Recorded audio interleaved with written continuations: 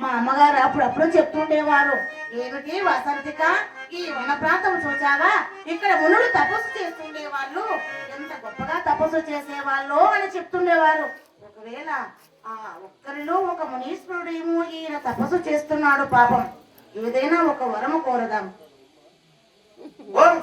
స్వామి ఏమి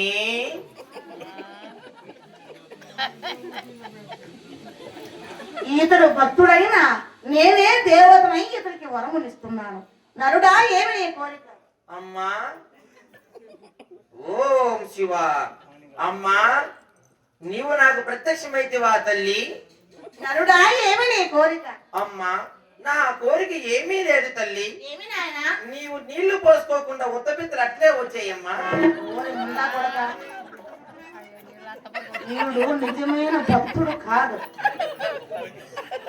ఒకసారి ప్రయత్నిస్తా, అసలు ఏమనుకుంటున్నాడో కలనుకుంటున్నాడేమో. నరుడా, ఏమి నీ కోరిక? తల్లి పల్లా ప్రత్యక్షమైతివా అమ్మా, ఈసారి నీళ్లు పోసుకుని ఉత్తపిత్తలు వచ్చాయి తల్లి. ఇప్పుడు చెప్తా, నీవు దొంగ భక్తుడు.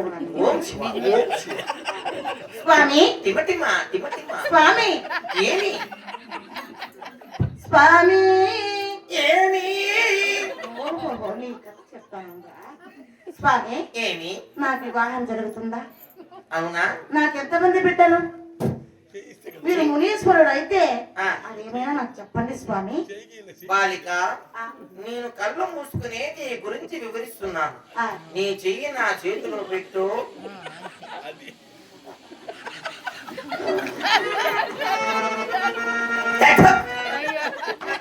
ఎవరైనా ఆడవాళ్ళపై కుడి చేయి పెడతారా? బాలిక, నీ ఎడమ చెయ్యి తీసి నా ఎడమ చేతిలో పెట్టు.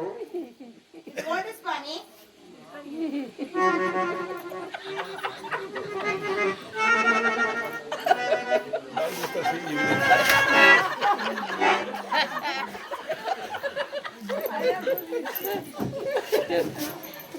స్వామి తీసుకున్నారా?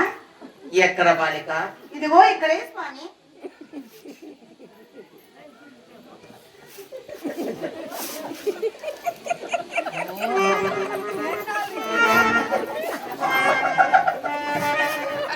ఓం శివ, ఓం శివ. స్వామి నా వివాహం జరుగుతుందా?